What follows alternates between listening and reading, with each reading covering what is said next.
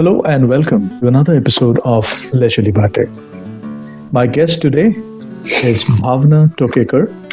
Bhavna is an Indian powerlifter and motivational speaker who has made our country proud.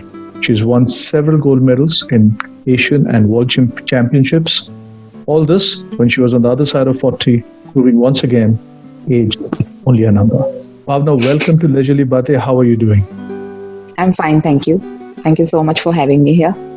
Absolutely a privilege for me and my audience. Bhavna, the first question which I wanted to ask you would obviously sound a bit cliche, and you've been answering it, I think, for many, many years, is what inspired you to take up powerlifting of all sports, and most importantly, deciding to train for international championships when you're on the other side of 40?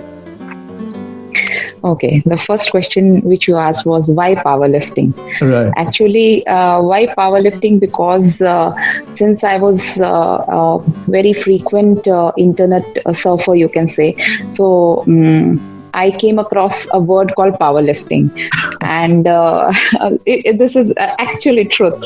And since I used to, evaluate my workout videos, where I'm going wrong, those small technical details, whether whatever I am doing is correct or not. So all those things I used to keep looking and checking through other, videos which are available on the YouTube.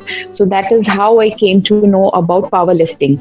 And when I searched about it, the powerlifting part, so that's when I came to know that it is the similar what I am normally doing in the gym. I'm practicing every day, so it's the same. There are three lifts: squat, bench, and deadlift. And there's normally people, whoever go to the gym and strength train, they do it in the gym. So that's why I thought, why not give it a try? And let's start something which is slightly different than my normal gym exercises. So that's how this powerlifting. And the second part you asked me what about was why championships. Yeah, and when I'm on the other side of the 40, the first thing is every time I'm asked this, why after 40, or why take so much of pain after you're 40? It is generally a time when people retire, or they feel that they've achieved enough, or whatever. They want to settle down in life and all that. But frankly speaking, it never crossed my mind. It still never crosses my mind that I'm 49 now. So I'm 49, or I was 40 then, or 39 then, that I shouldn't do this or I shouldn't do that. Nothing. Never it has ever crossed my mind that I'm of that age that I cannot do this or I cannot do that, or it's like that. So age was never a factor or for not doing anything in life for me. Right. Very, very powerful. I think it's very inspirational. Because it's a one thing is about getting that idea that you want to do, that thought, but to train and continuously keep the passion alive is something which is not easy. And I think what you've achieved is phenomenal. You asked about the international part. Yes, please. Yes. Why I started the international thing. Since I started surfing the powerlifting stuff, and that's when I came to know about this. There's a category called Masters, where I never knew anything about powerlifting. I never knew there is a Masters category wherein you can participate after 40. So when I came to know, I thought, why not give it a try? So then I searched in which category I would be playing, or can I play in the first. That time I think I was 45 or 46, if I can remember correctly. So then I came to know, okay, and now I can participate in Masters 2 category. So that is how I started my preparations, and preparations in the sense I started lifting the way powerlifters used to lift. Right. and started searching that from where I can get this thing. I have to compete. I contacted several people around me, and one such, federation secretary responded to my request that if I will be allowed to compete or if I can compete. And luckily, since I was training so hard for so many years without knowing that I would ever be able to compete, luckily everything fall in place, and I was cleared in trials, and then I went to Asians, and then the international thing happened. Wonderful, wonderful. And when you went for the first championship and you saw women from other countries, as a competition, what was the first thing that came to your mind? Was there ever a moment of self-doubt? Never, because frankly, the self-doubt was there before going to the competition. I mean, should I go? Should I take a chance of, spending so much on myself? It is like normal, regular women. It is general Indian mentality that you don't like to spend on yourself. You generally want to spend on your family, your kids, or the other things. I mean, only for myself, it is generally not taken as a, correct thing by yourself also, not by others, by yourself, because it is so instilled in our, that why should I spend so much? So that doubt was there. Am I doing any justice in spending so much and going abroad? But since my kids pushed me for competing in this Asian Championship, Chelyabinsk, Russia. So I thought, let's give it a try. And I had nothing to lose. Basically, there was never self-doubt because I had nothing to lose. I was, for me, performing there, going on a stage where around 500 athletes were there from all over the world. Asian Championship. So for me, just being on the stage was enough. So there was never a self-doubt at that point of time. Never. Wonderful, wonderful. I really appreciate, when you said that you just want to do it because you wanted to do it. And I think often, absolutely, I'm saying like this as a collective, statement for both men and women beyond 40, 45. We say like, why now? What's the use? But, that, just for the sheer joy that you want to give it a try, forget about the failure, forget about the success. It doesn't matter, that the sheer joy, that experience is something which is a big takeaway, from, this conversation so far. Wonderful, wonderful. Bhavna, I wanted to ask you a bit about your early life, where you grew up, your love for sports, and this whole thing that you said that you've been training. Where did this culture, this habit come from? I was a table tennis player when I was in school. That also started like powerlifting. It just started by fluke, you can say, or by chance. One of my classmates' father, who was looking after, sports section. My father was in railways, so the uncle was looking after the sports section, and he said, "Why don't you start playing?" Since my classmate was also playing table tennis, right. So that's how I started playing table tennis, and I think I was in 6th or 7th when I started. Right. And I grew up mostly in Baroda, Godhra, and Ahmedabad. So this table tennis thing happened in Godhra when my father was posted in Godhra. So I played from 6th or 7th to 10th, and I wasn't allowed to go for my state or national state championships. The selection was for nationals. I wasn't allowed to go. Why? Because the 10th board was there.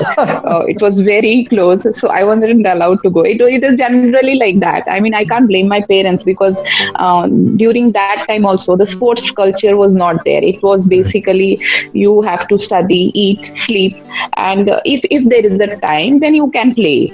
Right. But the sport side is not given was not given the importance. It can be the main thing. First is studies, right. Eat and sleep, and then if there's a time, then you can play. Right. So that was also in my house, the similar thing. Right. And that is how I started playing. So the sports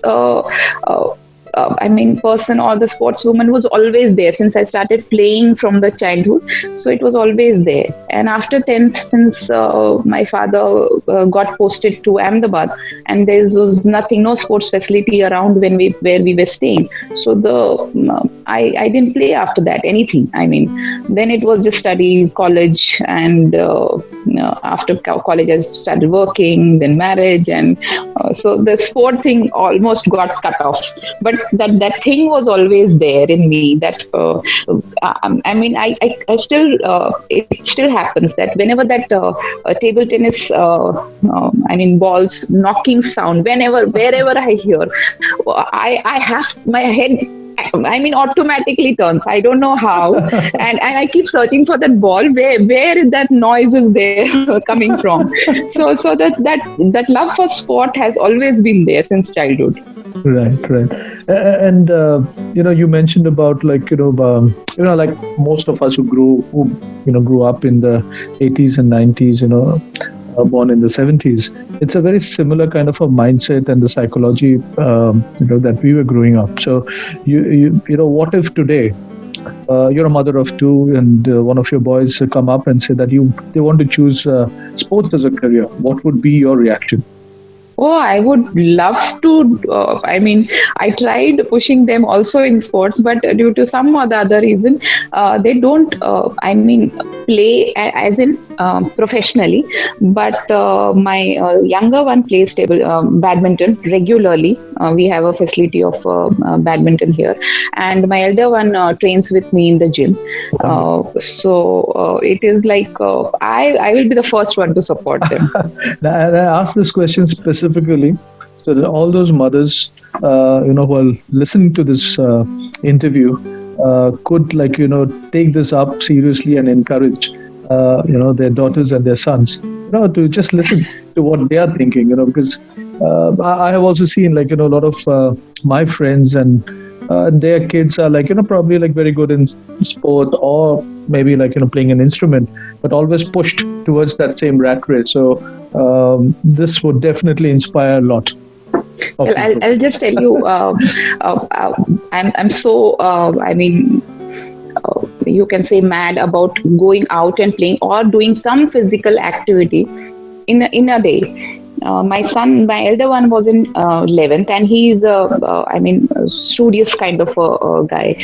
So he used to play football earlier, but then due to his studies, it took a back seat.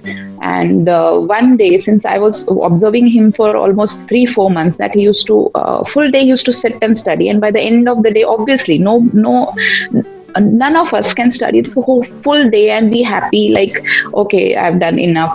You have to have some outlet somewhere. Right. So I have been watching him, and I tried to tell him, just go out, go with your friends, play something. But he used to refuse to go. One fine day, I just took him out. I used to go for my run, me and my husband. So I just took him out. I just locked the door and I said, you will be staying out for 2 hours. You do whatever you want, but you're not entering the house and not touching the books. I am that. And that is how, since he was in 11th standard, he started going to the gym because he didn't have anywhere to go. So where will he go? So he started going to the gym. That is how he started his gymming.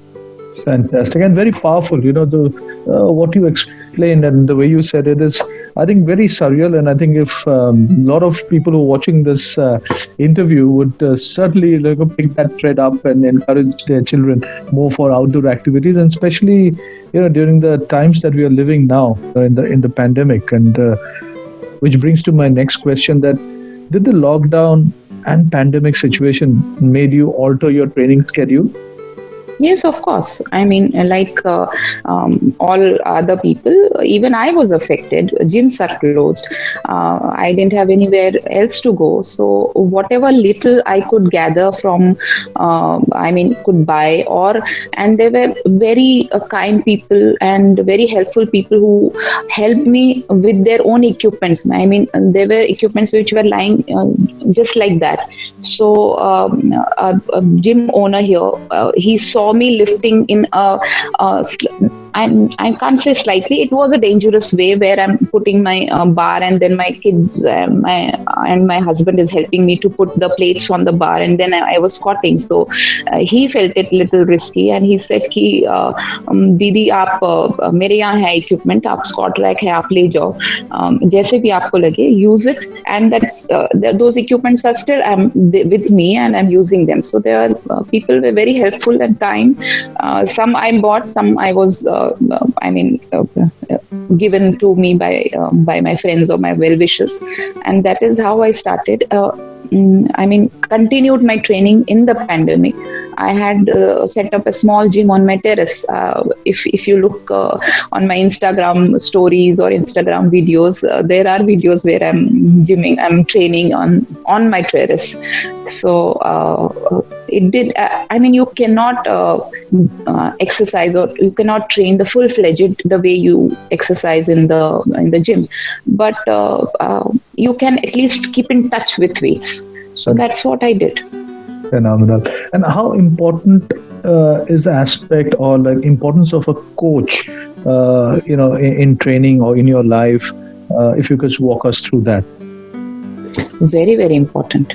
If you get a good coach, I have been very lucky, touch wood, I've been very lucky. The one who pushed me from the treadmill or from the cardio section to the weight section, he had been the one who literally brought me to the weight section. So I can never forget, my journey started because he pushed me.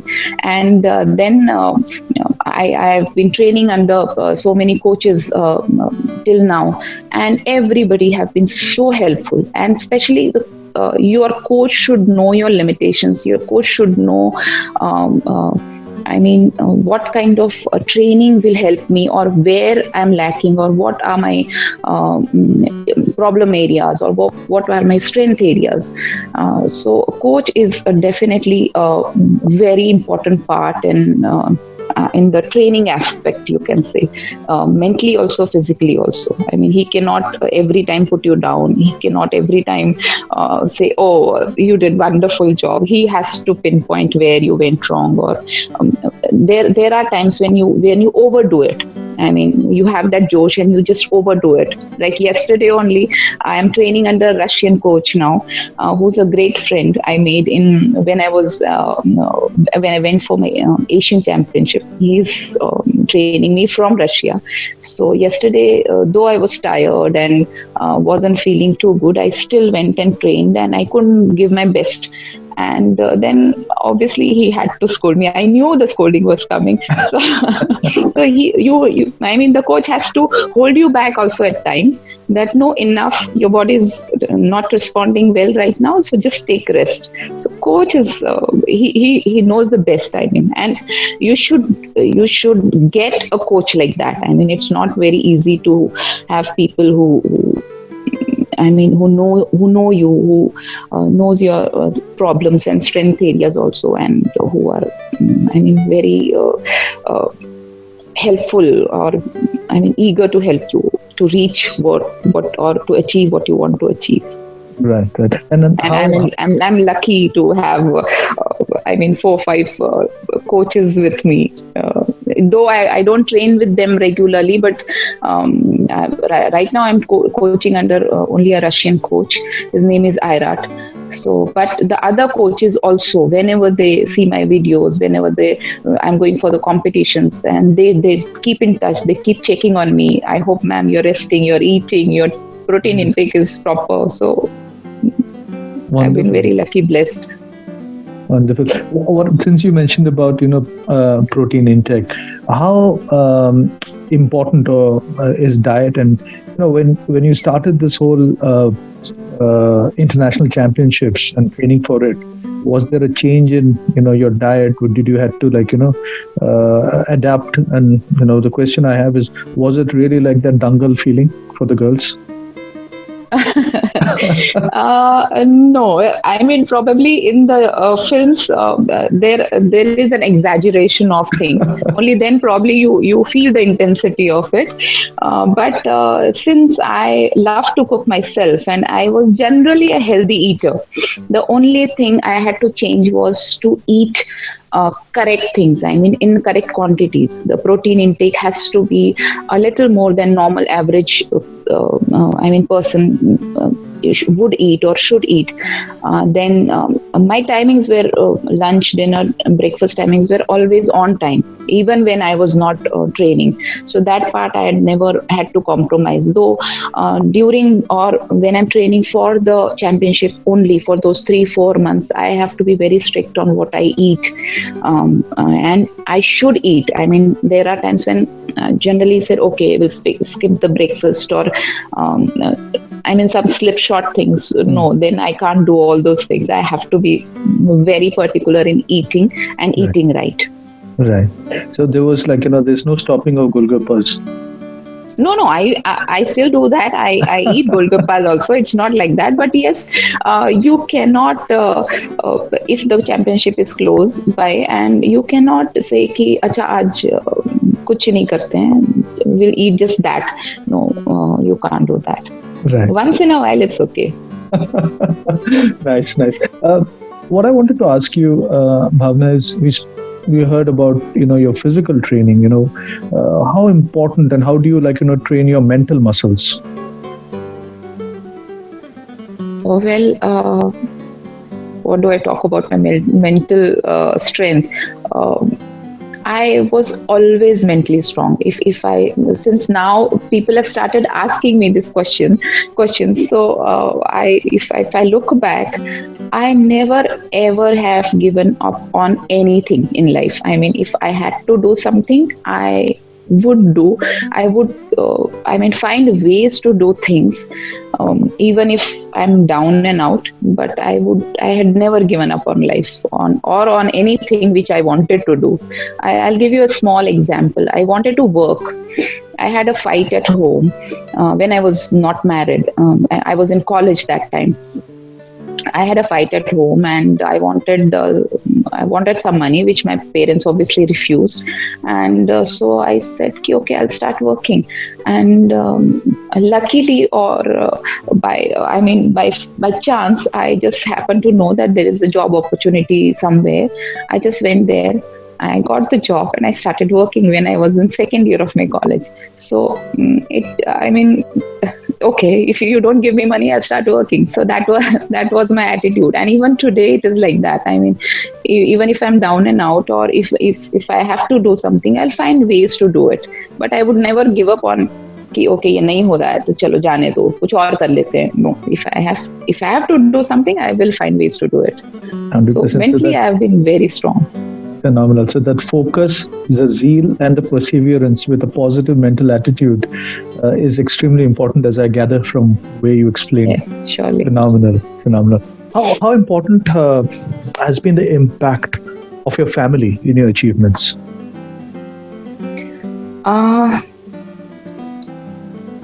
I mean, my family, you mean my husband and my kids had been very supportive. I mean,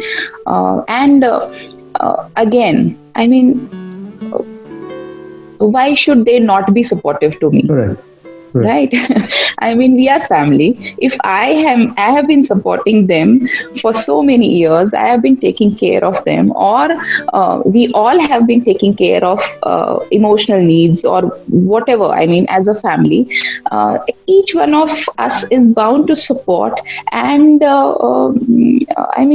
cheer up and give unconditional support in whatever the other person wants. Right? We are family of 4. So if my son wants to do something, even if I don't like it, if he wants to do something, I have to be there, backing him, supporting him, cheering him up, right? If I have done my bit, it is very natural that they also should do something like that for me. I mean, I don't know why every time it is said that, oh, you have a great husband or your kids are so supportive. Yes, of course, there is no doubt about it that my husband is very supportive. My kids are also very supportive in whatever I do. But I have also been like that, isn't it? Absolutely. So it is nothing great that they do or I do. It is us as a family. We support each other, and we are proud of supporting each other Very in well whatever said. we each one of us like to do.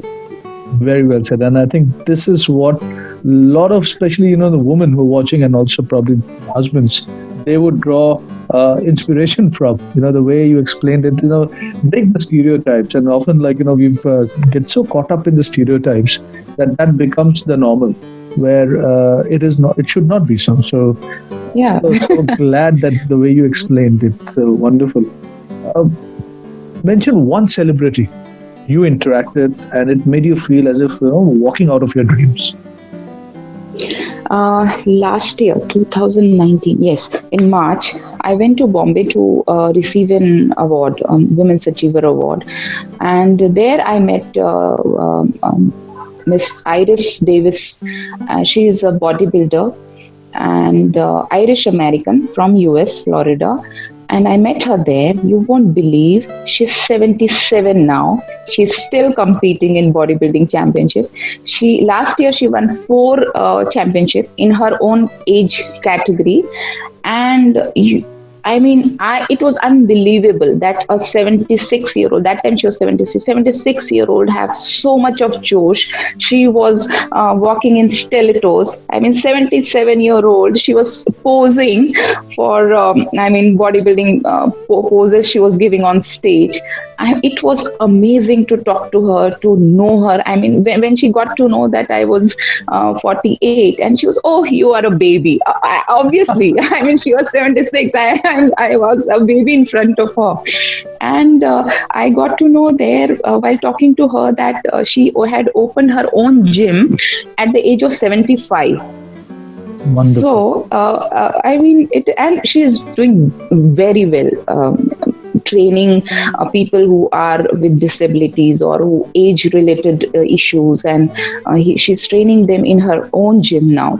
And why she started that gym was she wasn't treated very well as a trainer where she was training her clients. She was working in a gym as a trainer. She wasn't treated very well there by one of the younger trainer, and that is how that idea of why can't I have my own gym? So what if I'm 75? So she opened her own gym, and she's training her clients now there. So it actually made me sit up, and I was like, there's nothing great that I'm 48, I'm doing this. She's 77. Look at her. I hope that I still continue when I'm 77, powerlifting and winning medals. So it was an inspiration for me to look at her, to talk to her and know so much about her. Phenomenal. And it's such a story of hope and perseverance. And it's just, doing what you feel. Why should there be any mental blocks? Because, there is a number, there's a clock ticking. But it doesn't matter. There was an interview that went public yesterday on Leisurely Baatein, and I had spoken to this gentleman, Puneet Sood. If you get a chance, you may want to watch it. And he's a model. He became a model. He decided to become a model at the age of 60. He lives in Dubai. And it was so phenomenal. And I remember he mentioning to me that, how does mindset change when you're 59? You don't have those body aches, and at 60, those body aches start. So, why would you even think that, your senior citizens and age, it's just a number, just feel the way you would like to feel. And it was so phenomenal. You just mentioned that the clock is ticking. At 49, my clock is ticking. At 13, 14, 16, 20, 21, any age, the clock is ticking, right? You never know what the next moment is. how many years you are going to survive? Can anybody tell me today that I'm going to survive till 70, 80, 90, or 20, 25, 30? No, this pandemic has taught us that, I mean, so unpredictable our life is. So why should you think, that, oh, I'm this age, I shouldn't be doing this, or I'm a girl, or I'm a boy. Just live, just do what you want to do, and be happy. That's it. You don't know what is next, so just live in a moment and be happy.